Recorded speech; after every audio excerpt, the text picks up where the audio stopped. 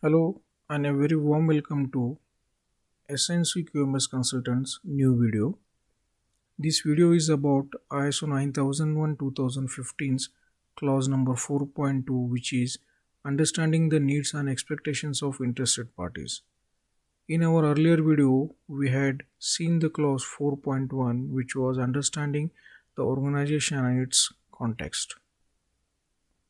In this video also, we are going to see the details about this clause, understanding this clause, and some of the formats procedure required for this clause, and with some examples.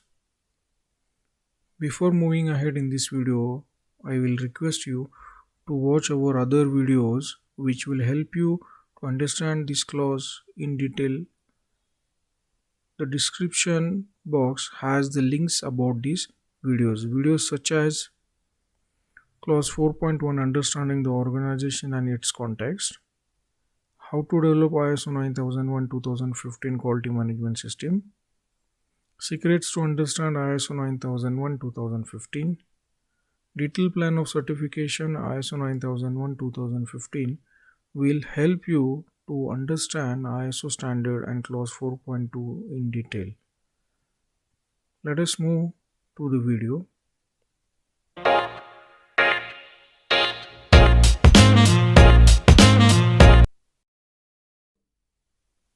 In this video, we are going to see clause 4.2 as written in the standard. We will try to know this standard, this clause of 4.2, or try to understand this clause 4.2. We will try to see some of the procedures and documented information related to this clause. And finally, we will see some of the practical examples. So, clause 4.2 we will read now as it is stated in the standard. Understanding the needs and expectations of interested parties due to their effect or potential effect on organization's ability to consistently provide products and services that meet customers and applicable statutory and regulatory requirements, the organization shall determine the interested parties that are relevant to the quality management system, the requirement of these interested parties that are relevant to quality management system. The organization shall monitor and review the information about these interested parties and their relevant requirements. So this is the statement as it is written in the clause 4.2. If you refer our earlier video of clause 4.1, which was understanding the organization and its context, both laws are different in two main ways. The first thing is that in clause 4.1 we discuss the external and internal issues. They may be international, national, globally or locally. They may be on economics, they may be on market, technology, legal, etc. So that clause was related to the things which are not in contact with the organization but they are having their effects on the organization. In clause 4.2 we will see the factors or the things that are in everyday business contact with organization and their needs and expectations will affect on the organization's product and services. So this is the major difference here, that in clause 4.1 the things that were affecting on the organizations were globally, nationally, but they were not the part of organization or part of the organization's business or daily activity. In clause 4.2 we will see the parties which are having interest in organization and having the role in day-to-day business or operations. So this is the major difference here, and we will see that how the formats will be different or how the procedures will be different here. The common thing in both the clause is that once you highlight the issues or the need and expectations of interested parties, you have to monitor them regularly and take the actions for achieving the goals of the organizations. Now let us try to understand clause 4.2 here. Understanding the needs and expectations of interested parties. Assume an organization here which is having the interested parties like they are having day-to-day contact with organization and in both way, from organization to them and from there to organizations. So those parties are customer, supplier, legal, banks, investors, and partners. So one can understand easily that these are the interested parties who are dealing with organization on day-to-day basis for business purpose. Now these interested parties, they are having some needs and expectations from organizations, and if organization is not giving respect to these needs and expectations, their product and services are going to affect. Similarly, there are some interested parties in the organization, inside the organization, like workers and management, that we have to deal to. So as I told you in clause 4.1 video, that any clause, while working on it, you should use the approach of input, process and output, that is the process approach. So here we will see the three same things, that is input, process and output, so that you will know that there will be input to work on this clause, then there will be activity so that this clause will be executed, and there will be the output, that will be expectations from this clause. So the input is that these interested parties and their expectations will affect on the consistency of product and services of the organizations. So we have to see what are their interest or what are their needs and expectations.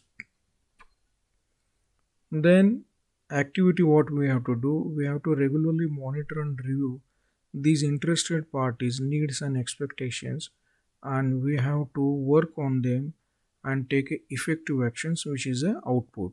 So input is to understand the need and expectations of interested parties, then regularly monitor and review them, that is the activity. And the output each time should be take the effective actions to have a consistent product and services. So let us see how should be a procedure or documented information for this clause 4.2.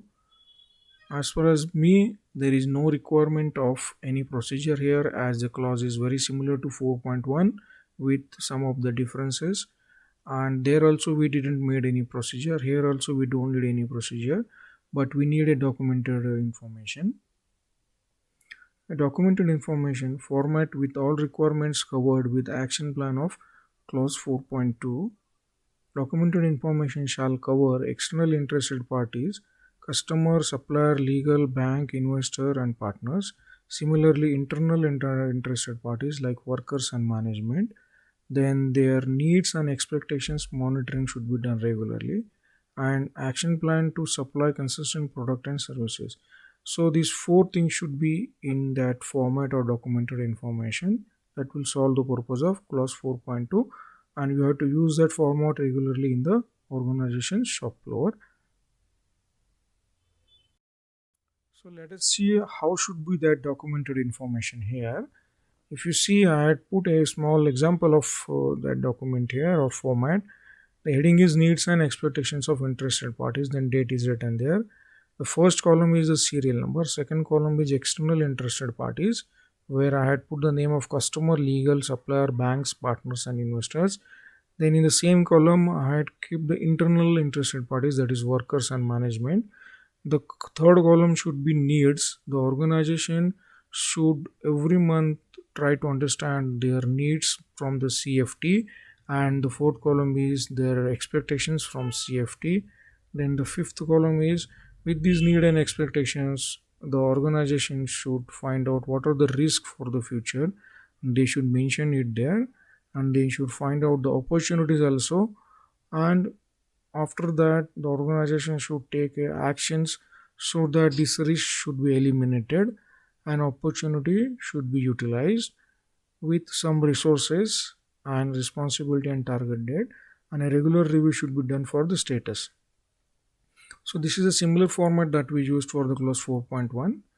Here only the expectations and interest needs of interested parties are taken in consideration. Let us see an example of this need and expectation of interested parties. I had made it for a quality consultation agency. So from customer, what are the needs or expectations? Customer will always expect. So I am not putting any needs here. What customer is expecting here is that the simple and cost effective implementation of QMS, easy to understand QMS. So from any quality consultation, the client or customer will expect a simple and cost effective QMS, that is quality management system, and easy to understand for the organization. So this is the expectation of customer. What are the risk involved here? So complicated QMS by SNC. Suppose a agency is not understanding this expectation and making a complicated QMS, so it will affect on the organization's overall work culture. So that is not a good thing. So here we can see the opportunity is that instead of making this complicated, agency can make a simple and cost effective QMS and can show their presence in the market. So that will give a good marketing also. So this is an opportunity which they have to convert into reality. So what action should the agency take here? They should make a simple and cost effective QMS in line with the organization's current practice, with the procedures, format, training and implementations.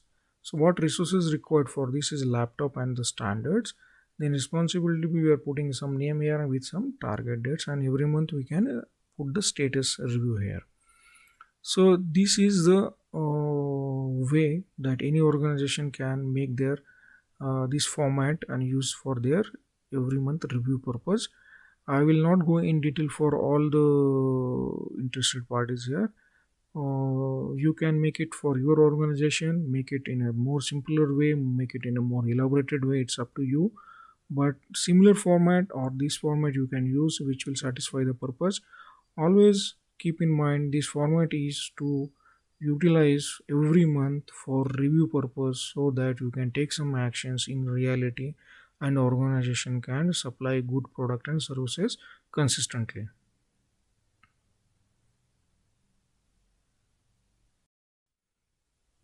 To conclude this video, I will repeat the thing what I said in clause 4.1 video, that to understand any clause and convert it into format and documented procedure and utilize on the shop floor to get the benefit from it, always remember four things. First, read the clause in ISO 9001 2015 standard completely.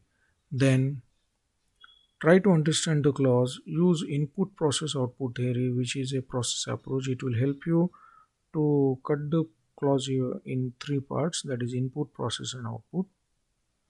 Then convert your understanding in format in same way like input, process, output. These formats you can utilize in the shop floor. Decide frequency of review actions taken for good results. So these four things are very important so that you will get a benefit from any clause and any format. Please watch our other videos for better understanding ISO 9001 2015. Subscribe the channel for upcoming videos notifications. Like and share this video. Thank you for watching this video.